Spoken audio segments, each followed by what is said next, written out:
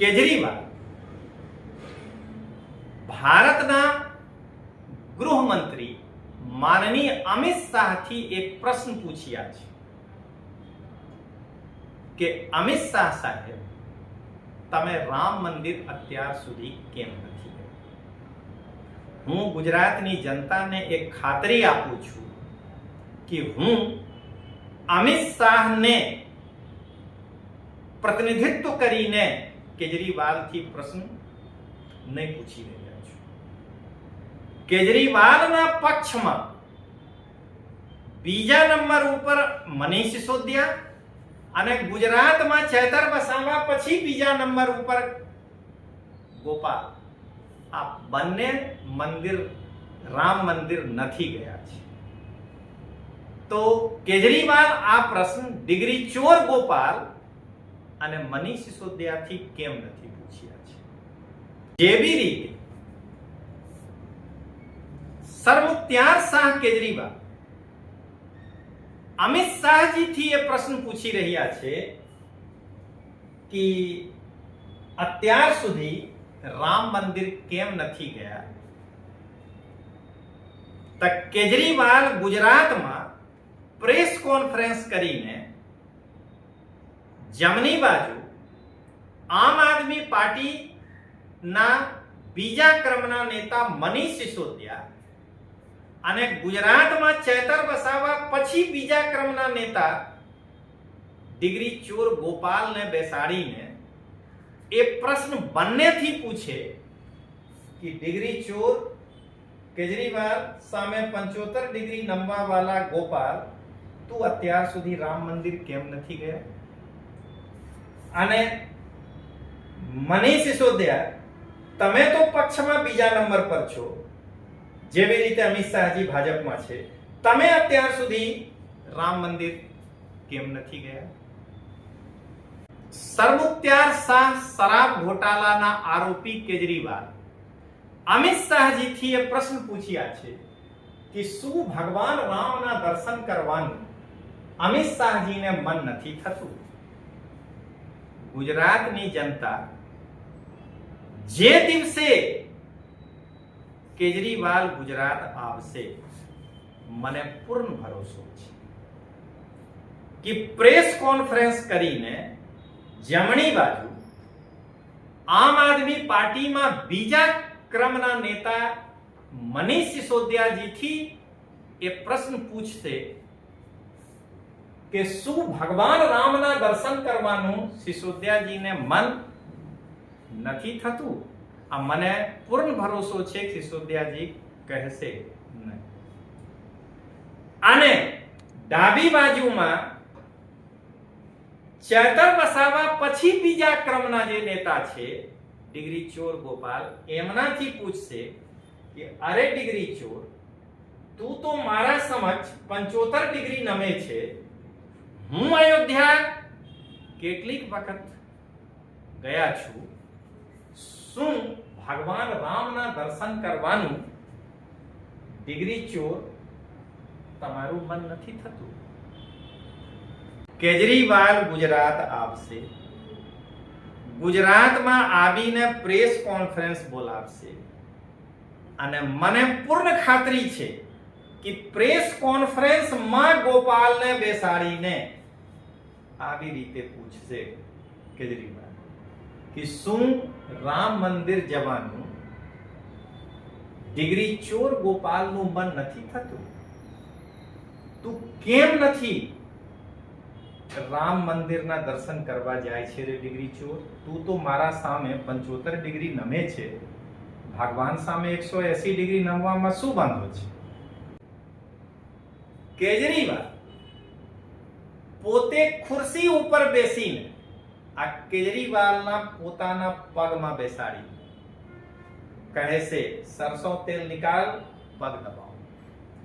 કેજરીવાલના પગ ગોપાલ દબાવશે ધીમે ધીમે ધીમે ધીમે અને કેજરીવાલ પૂછશે કે અરે ડિગ્રી ચોર, તું તો મારા સમક્ષ 75 ડિગ્રી નમીને મને ભગવાન માને છે, શું તું રામને ભગવાન માને છે કે નહીં? જલ્દી બતાવ.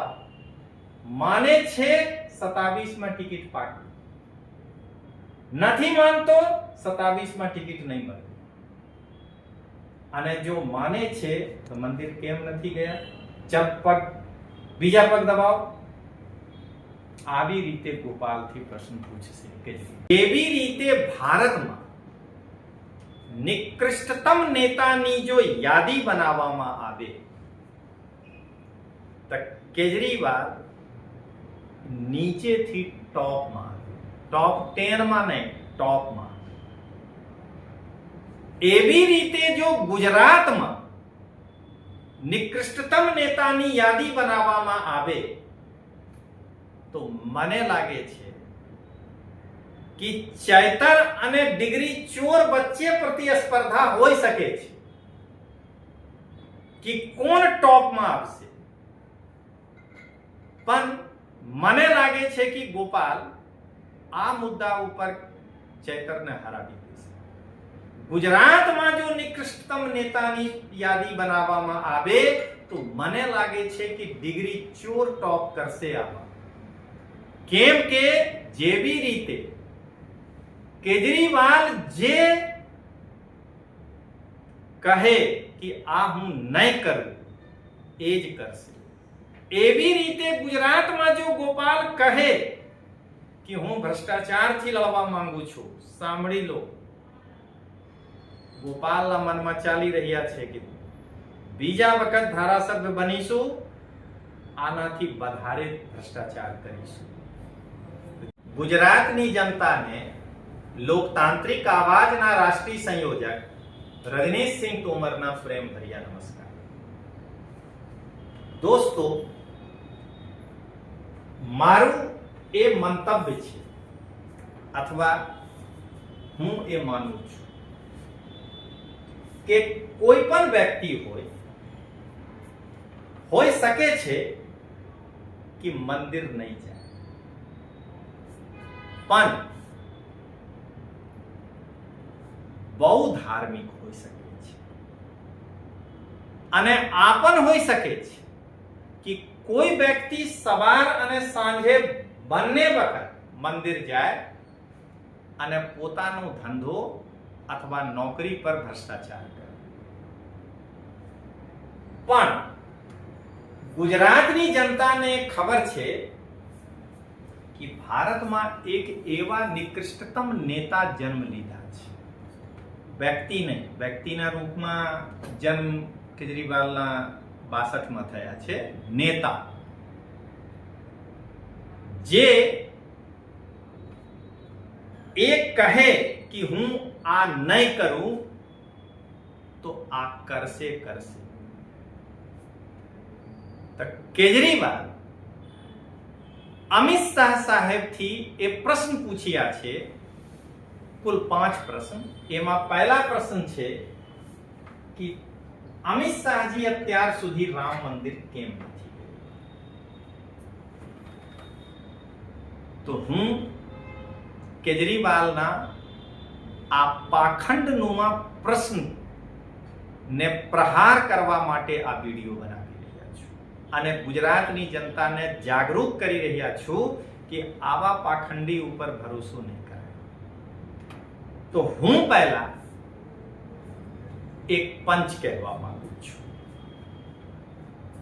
કેજરીવાલ ભારતના ગૃહમંત્રી માનનીય અમિત શાહથી એક પ્રશ્ન પૂછ્યા છે કે અમિત શાહ સાહેબ, તમે રામ મંદિર અત્યાર સુધી કેમ નથી ગયું? હું ગુજરાતની જનતાને એક ખાતરી આપું છું કે હું અમિત શાહને પ્રતિનિધિત્વ કરીને કેજરીવાલથી પ્રશ્ન નહીં પૂછી રહ્યા છું. કેજરીવાલના પક્ષમાં બીજા નંબર ઉપર મનીષ સિસોદિયા અને ગુજરાતમાં ચૈતર વસાવા પછી બીજા નંબર ઉપર ગોપાલ. આ બંને મંદિર રામ મંદિર નથી ગયા છે. તો કેજરીવાલ આ પ્રશ્ન ડિગ્રી ચોર ગોપાલ અને મનીષ સિસોદિયાથી કેમ નથી પૂછ્યા છે? હું એ કહેવા માંગુ છું. ચાલો મિત્રો, હવે જે પ્રશ્ન કેજરીવાલ અમિત શાહજીથી પૂછ્યા છે આના જવાબ ગુજરાતની જનતા કેજરીવાલથી માંગી રહી છે અને મને પૂર્ણ ભરોસા છે કે તાનાશાહ પાખંડી કેજરીવાલ ગુજરાતની જનતાના આ પ્રશ્નના જવાબ નહીં આપે, પણ ગુજરાતની જનતાની તરફથી હું પ્રશ્ન પૂછી રહ્યો છું. તો ચાલો મિત્રો, પહેલા પ્રશ્ન પંચના માધ્યમથી. જેવી રીતે સરમુખત્યાર શાહ કેજરીવાલ અમિત શાહજીથી એ પ્રશ્ન પૂછી રહ્યા છે કે અત્યાર સુધી રામ મંદિર કેમ નથી ગયા,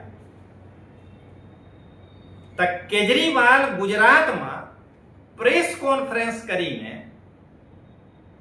જમણી બાજુ આમ આદમી પાર્ટીના બીજા ક્રમના નેતા મનીષ સિસોદિયા અને ગુજરાતમાં ચેતર વસાવા પછી બીજા ક્રમના નેતા ડિગ્રી ચોર ગોપાલને બેસાડીને એ પ્રશ્ન બંનેથી પૂછે કે ડિગ્રી ચોર કેજરીવાલ સામે 75 ડિગ્રી નમવા વાળા ગોપાલ, તું અત્યાર સુધી રામ મંદિર કેમ નથી ગયા? અને મનીષ સિસોદિયા, તમે તો પક્ષમાં બીજા નંબર પર છો, જેવી રીતે અમિત શાહજી ભાજપમાં છે, તમે અત્યાર સુધી રામ મંદિર કેમ નથી ગયા? હવે મિત્રો બીજા પ્રશ્ન. આ બીજા પ્રશ્ન હું પંચના માધ્યમથી ફરીથી કહું છું. હું ગુજરાતની જનતાને એક વખત ફરીથી ખાતરી આપું છું કે હું અત્યારે જનતા દળ યુનાઇટેડના સભ્ય છું. હું ભાજપના કાર્યકર નથી. હું અમિત શાહજીના રિપ્રેઝેન્ટ કરવા માટે યુટ્યુબ પર નથી આવ્યો છું.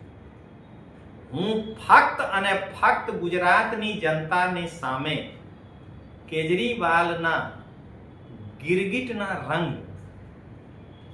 કેવી રીતે બદલાય છે આને એક્સપોઝ કરવા માટે આવ્યો છું.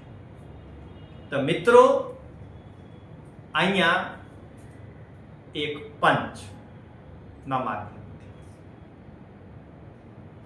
સરમુખત્યાર શાહ શરાબ ઘોટાલાના આરોપી કેજરીવાલ અમિત શાહજીથી એ પ્રશ્ન પૂછ્યા છે કે શું ભગવાન રામના દર્શન કરવાનું અમિત શાહજીને મન નથી થતું?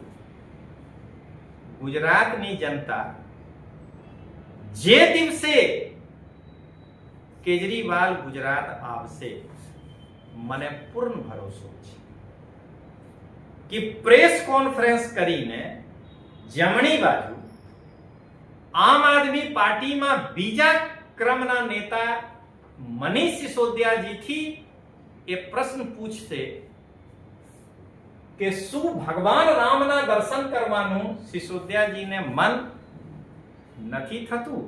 આ મને પૂર્ણ ભરોસો છે કે સિસોદિયાજી કહેશે નહીં. અને ડાબી બાજુમાં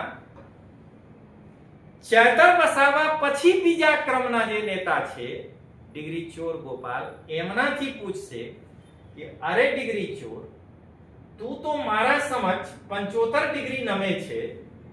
હું અયોધ્યા કેટલીક વખત ગયા છું, શું ભગવાન રામના દર્શન કરવાનું ડિગ્રી ચોર તમારું મન નથી થતું? હવે મિત્રો ત્રીજા પ્રશ્ન.